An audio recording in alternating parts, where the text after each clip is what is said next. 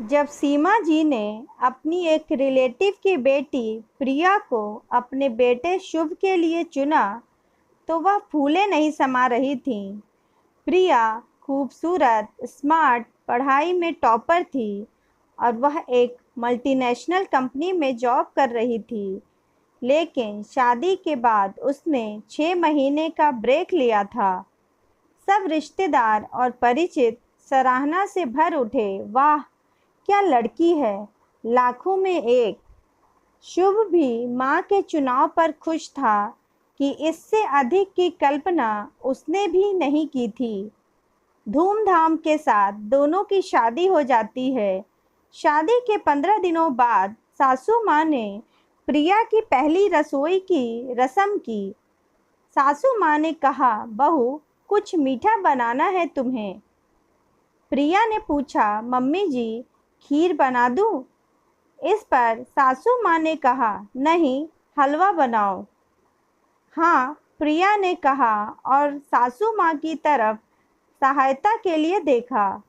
सासू मां ने सूजी का जार, घी और शक्कर के डब्बे और मेवा निकाल कर दे दिया और किचन से बाहर चली गई।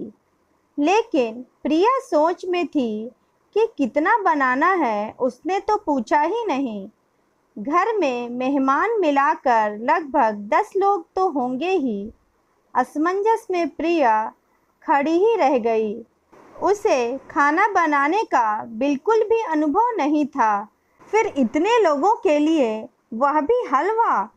उसने तो अपने मम्मी से खीर बनानी सीखी थी, 2-4 बार घर पर बनाकर खुश भी हो गई थी।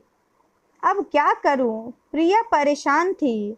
अपने रूम को लॉक करके प्रिया ने अपनी मम्मी को फ़ोन लगाया और हलवे की विधि पूछी। जैसा मम्मी ने समझाया था ठीक उसी तरह से करने का प्रयास करने लगी। नाप तोल कर घी और सूजी कढ़ाई में डालकर भूनना शुरू किया। सूजी भूनी, मेवे काट कर नाप के हिसाब से शक्कर और पानी डाल दिया। प्रिया को हलवे की शक्ल देखकर लगा कि ठीक ही है।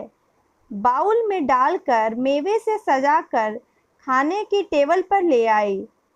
सबसे पहले ससुर जी ने कहा, वाह भाई वाह, बहुत अच्छी खुशबू आ रही है और देखने में भी अच्छा लग रहा है।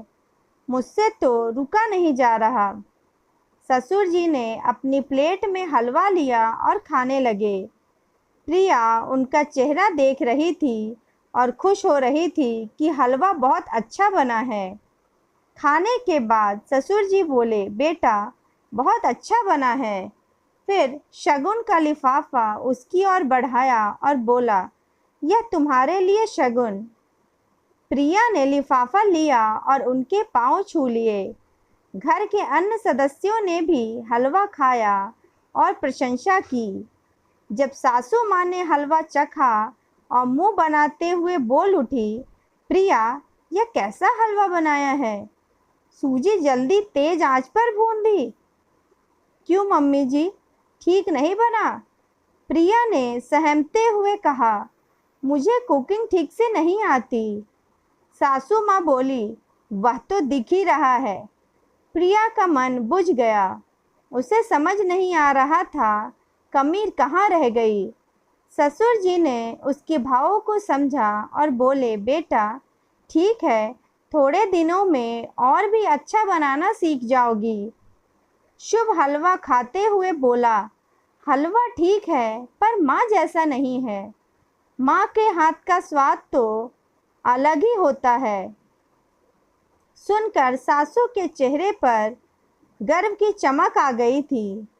सासू माँ ने बहू के आते ही ऐलान कर दिया कि अब उनकी उम्र हो गई है। घर की जिम्मेदारियों की चाबी उन्होंने बहू के पल्ले में बांध दी। बहू बनकर आई प्रिया भी खुले मन से घर की जिम्मेदारी स्वीकार कर लिया। किंतु धीरे धीरे उसे एहसास होने लगा कि वह बिना वेतन के घर की कर्मचारी मात्र है। आए दिन उसे यह जताया जाता है कि यह काम ऐसे नहीं ऐसे किया जाता है।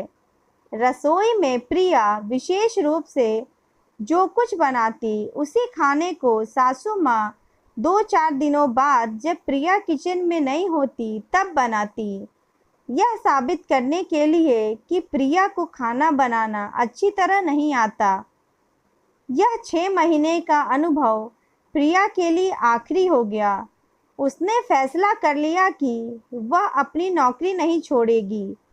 खाना बनाने के लिए कुक रखने की सामर्थ्य है उसकी सैलरी में। अगर सासू माँ ने मार्गदर्शन किया होता तो शायद प्रिया के मन में यूं कटुता नहीं आती। कहानी पसंद आई हो तो please like, share and subscribe. Thank you.